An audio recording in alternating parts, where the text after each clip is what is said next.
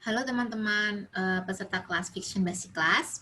Hari ini kita akan belajar mengenai dasar-dasar atau fondasi dari cara menulis fiksi.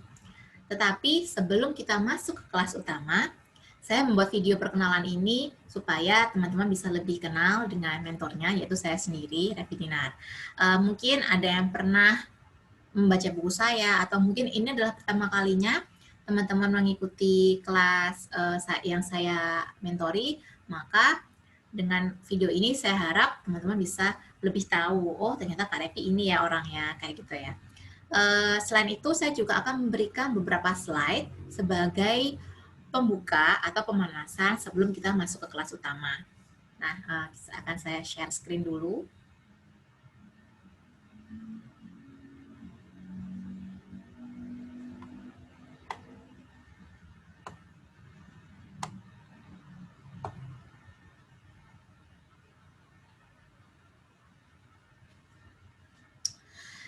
Jadi kita akan belajar tentang Fiction Basic Class, tapi slide ini adalah khusus untuk memperkenalkan bahasan apa saja sih dan pentingnya apa sih untuk belajar dasar-dasar dari materi yang akan kita pelajari. Yang akan kita pelajari tentunya yang pertama adalah mengenal genre, lalu menyusun premis, kemudian menyusun outline baik cerpen atau novel, berikutnya membuat karakter yang kuat atau berkesan, selanjutnya bagaimana cara menyusun konflik yang baik untuk fiksi. Nah, sebelum kita masuk lebih lanjut ke materi pembukaan, perkenalkan saya Revi Dinar. Saya adalah penulis 14 buku solo dan puluhan antologi. Ya, alhamdulillah, insya Allah sebentar lagi akan terbit buku ke-15 saya. Saya juga menjadi seorang content writer dan blogger di personal blog, yaitu wordholic.com dan juga movierevi.com. Blog saya, wordholic.com itu membahas beberapa tema, jadi bisa dikategorikan sebagai lifestyle blog ya. Sudah banyak bekerja sama dengan beberapa brand terkemuka, seperti brand-brand yang berkaitan dengan traveling dan transportasi, atau startup-startup besar lainnya. Saat ini selain menulis fiksi, lalu sesekali menjadi content writer, sebenarnya saya adalah seorang pekerja penuh waktu di sebuah perusahaan swasta sebagai Japanese interpreter. Jadi menulis ini adalah side job saya.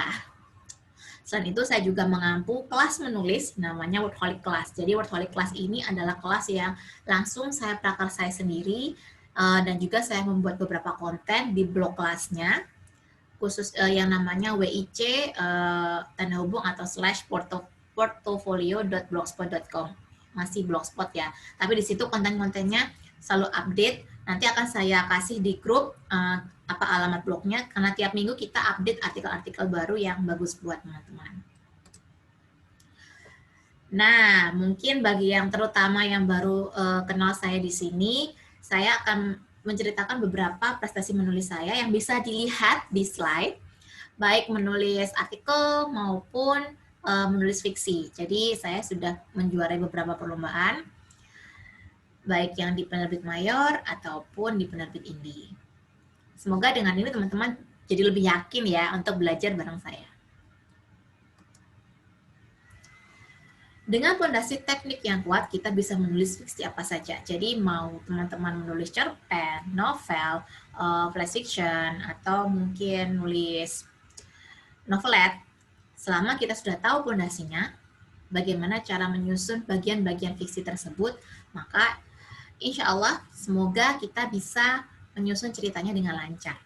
Terus menulis, membaca, dan jangan berhenti untuk belajar mengasah tekniknya. Selain kita menulis ceritanya ya, kita juga harus belajar teknik terutama. Dan juga jangan lupa belajar kaidah POEBI atau KBBI. Yang pertama adalah mengenal genre. Jadi genre adalah tema besar tulisan yang ingin kita angkat. Dengan menentukan genre, kita bisa membuat rencana atau world building dunia fiksinya dengan alur yang sesuai. Contohnya begini, misalnya teman-teman membuat cerita romance, pastinya kalian perlu mencari tempat-tempat atau setting yang bisa membangun mood romance-nya. Ya, mungkin bisa jadi di sebuah restoran, kafe, dan lain-lain. Yang pastinya kita perlu riset ya untuk bisa membangun ambience atau mood yang mendorong si tokoh ini masuk ke jalur romansnya. Atau misalnya bercerita tentang thriller.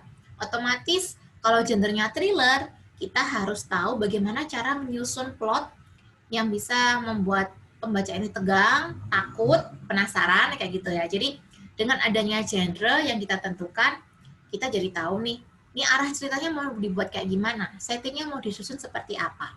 Kalau misalnya campur genrenya, misalnya romance dan fantasi seperti di Twilight, teman-teman pastinya selain menyusun setting atau plot yang membuat tokohnya saling terhubung dan jatuh cinta, pastinya kita juga harus tahu bagaimana cara menyusun dunia fantasi yang meyakinkan, walaupun itu sebenarnya tidak ada. Contohnya aturan-aturan di dunia fantasi seperti di Harry Potter atau di Twilight itu kan ada cerita antara hubungan si shapeshifter, yaitu makhluk yang bisa berubah bentuk seperti Jacob menjadi serigala, dan juga perjanjian dengan vampir yang ada di kota Phoenix yang settingnya Twilight ya, seperti itu. Atau misalnya genrenya thriller, bukan fantasi, thriller aja, maka kita juga harus bisa menyusun sebuah setting yang membuat pembaca ini percaya bahwa cerita ini memang mengandung unsur misteri dan teka-teki. Jadi pinter-pinternya kita untuk menyusun puzzle-nya kayak gitu. Jadi kita harus tahu nih genrenya apa dulu supaya tahu arah ceritanya mau dibuat suasananya seperti apa kayak gitu. Lalu premis. Premis itu penting. Bagi saya premis bisa dikategorikan dalam 3 hal atau 3 poin. Yang pertama adalah atom cerita. Menjadi dasar cerita untuk mengetahui apa itu tujuan tokohnya, konflik, dan cara mengatasi konfliknya. Jadi nanti di dalam bab premis kita akan belajar bagaimana cara menyusun premis. Di situ nanti ada unsur tokohnya siapa, tujuan si tokoh ini apa, lalu masalah apa sih yang membuat muncul konflik di dalam cerita ya. Berikutnya dari ketika premis sudah ada, kita bisa mengembangkannya menjadi outline. Kalau diibaratkan, premis itu ibarat kepala, otak kita. Nah, dari otak ini, dari inti utama ini baru dikembangkan menjadi kerangka dasar cerita di dalam outline. Jadi nanti akan dijelaskan misalnya bab 1 itu bagaimana, pengenalannya seperti apa, alur menuju klimaksnya seperti apa, lebih detail lagi kayak gitu ya. Jadi di situ pentingnya premis, karena kalau nggak ada awalnya kita jadi nggak tahu nih tokohnya mau ngapain sih kayak gitu. Terus yang terakhir adalah bahan pertimbangan seleksi. Terutama buat teman-teman yang mungkin sudah jam terbangnya sudah semakin banyak, pasti tahu nih kalau seleksi penerbit baik yang indie maupun yang mayor seringkali meminta premis sebagai salah satu bagian dari proposal naskah. Jadi sebelum penulis mengirimkan naskah utuh, biasanya proposal itu berisikan premis, sinopsis, dan juga 3 bab pertama. Jadi kalau misalnya 3 bab pertamanya menarik, premisnya menarik, lalu sinopsisnya juga kuat, otomatis ini bisa berkesempatan membuat kita lebih mudah untuk menarik perhatian editor atau kurator dan mengirimkan naskah utuhnya. Kalau 3 bab pertamanya aja sudah nggak menarik, kemungkinan untuk dilanjutkan biasanya sih kurang. Tapi walaupun 3 bab pertamanya kurang menarik, lalu premis dan sinopsisnya cukup bagus, bisa dipertimbangkan. Ya tergantung dari masing-masing kewenangan editor dan kurator sih sebenarnya. Tapi yang pastinya premis itu penting karena ini menjadi bahan pertimbangan untuk seleksi naskah. Berikutnya, ada beberapa pertanyaan yang masuk. Jadi teman-teman penulis itu ada yang pernah bertanya, Kak, kalau nulis tanpa outline itu apakah dilarang? Apakah tidak boleh? Sebenarnya sangat boleh. Tapi ini semua berdasarkan dari jam terbang kalian. Banyak juga penulis yang saya kenal yang ketika mereka menulis cerpen, ada ide langsung dieksekusi dan selesai. Misalnya dalam 1 jam atau 2 jam tanpa menyusun outline. Tetapi buat kalian yang masih pemula atau yang sering merasa tiba-tiba nulisnya stuck atau di tengah-tengah kehilangan ide, maka outline itu sangat penting. Saya saja tetap menulis outline, walaupun mungkin tidak terperinci ya. Ya paling nggak dari awal sampai akhir itu sudah jelas bab-babnya itu mau digimanain kayak gitu. Jadi sudah jelas bagian awal, konflik utama, hingga ending. Kalau misalnya tidak ada outline, tulisan bisa jadi berkembang tidak jelas. Nggak jelas cenderungannya arahnya mau kemana. Terlalu banyak penambahan alur, plot, dan karakter yang sebenarnya nggak penting, nggak mendukung ceritanya. Lalu karakter development-nya atau pengembangan karakternya ternyata kurang bagus karena outline-nya juga nggak jelas. Maka outline ini penting terutama buat kita yang masih pemula atau yang walaupun yang belum pemula pun yang sudah nulis bertahun-tahun merasa nggak bisa nulis mendadak atau tanpa ide, ya sudah susun saja outline-nya dulu sampai matang baru mulai menulis. Itu nggak masalah. Lalu karakter fiksi yang kuat. Saya pernah mengikuti workshopnya di Lestari, penulis Supernova. Dia menjelaskan bahwa karakter atau tokoh dalam cerita adalah dutanya cerita. Jadi sebagus apapun plot yang kita buat, kalau misalnya karakternya itu tidak bagus untuk mendeliver ceritanya, biasanya penyampaiannya akan gagal. Nah, karakter fiksi yang kuat dan berkesan itu bukan yang tidak punya celah ya, yang terlalu perfect. Enggak, itu sama sekali salah. Karakter fiksi yang kuat dan bagus itu harus manusiawi. Seperti kita, manusia pada umumnya. Ada kekurangan, ada kelebihan, lalu ada tujuan dan keinginan. Jadi si tokoh ini harus punya tujuan yang kuat supaya ceritanya ini masuk akal. Contohnya begini, ada yang sekedar ingin si tokohnya mencapai atau lulus S1 hasilnya ya. Tapi kenapa dia harus lulus S1? Kenapa dia harus berjuang keras untuk melawan hambatan-hambatannya di dalam kuliah hingga bisa lulus? Buat apa gitu kan? Jadi kenapa dia harus mencapai ini? Itu yang harus kita masukkan dalam pengembangan karakter. Dan pastinya bukan sosok yang serba sempurna, perfect. Bahkan seorang tokoh yang sangat ganteng dan cantik sekalipun, mungkin bisa kita gambarkan dia punya sisi psikologis yang lemah, karakter yang mungkin kurang bagus, atau mungkin masa lalu yang ingin disembunyikan contohnya. Jadi si karakter ini harus punya something baik yang berupa kelebihan dan juga kekurangan.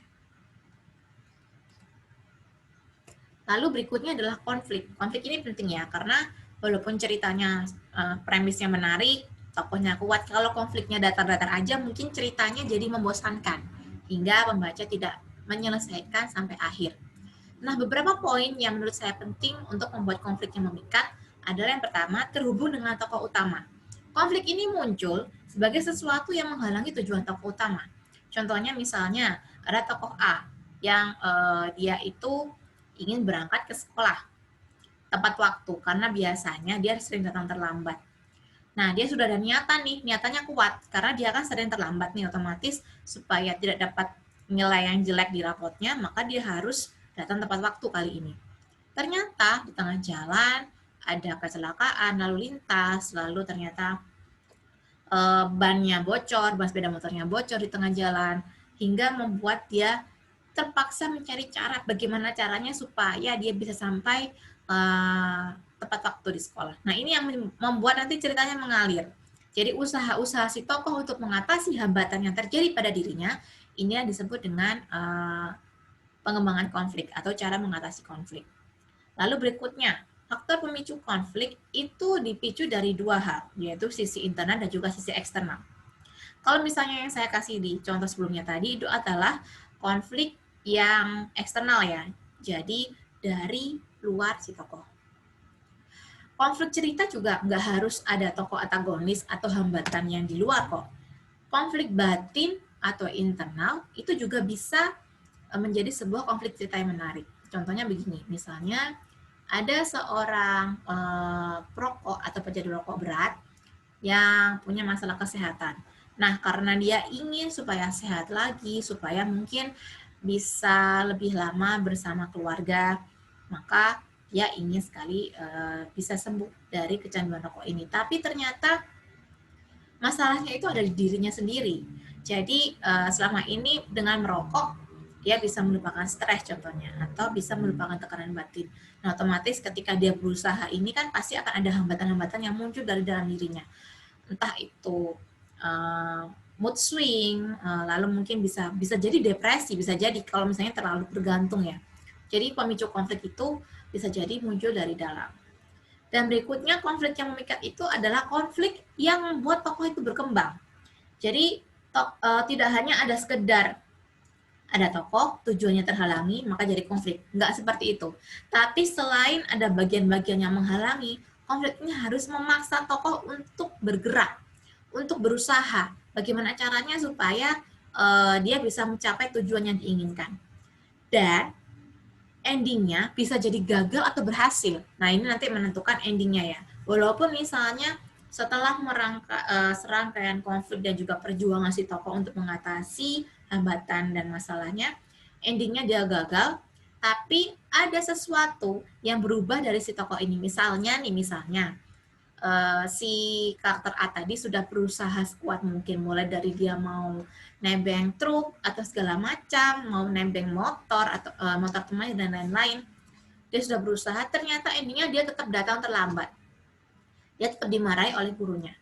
Nah, di sini tapi dia jadi ada pembelajaran yang penting buat dirinya. Dia akhirnya merasa bahwa jika ingin tidak datang terlambat lagi, otomatis dia harus bangun lebih pagi misalnya, atau jika sebelumnya dia hobi main game sampai larut malam, maka dia akan mengubah kebiasaannya jadi main game setiap akhir pekan mungkin, karena itu kan ketika dia bangun dia jamnya mepet, makanya terburu-buru segala macam. Jadi ada semacam perubahan pendewasaan dari si tokoh, walaupun endingnya mungkin tidak berhasil atau tidak menyenangkan, tapi ada something yang grow up dari di dalam diri si tokoh sendiri.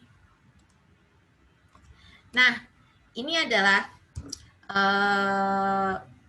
akhir dari slide ini. Jadi nantinya kita akan belajar lebih detail di materi yang akan saya berikan di grup WhatsApp. Semoga teman-teman senang dengan kelasnya. Jika ada pertanyaan atau mungkin ada apapun yang ingin disampaikan di kelas, jangan malu untuk bertanya. Selamat belajar, sampai jumpa di materi berikutnya.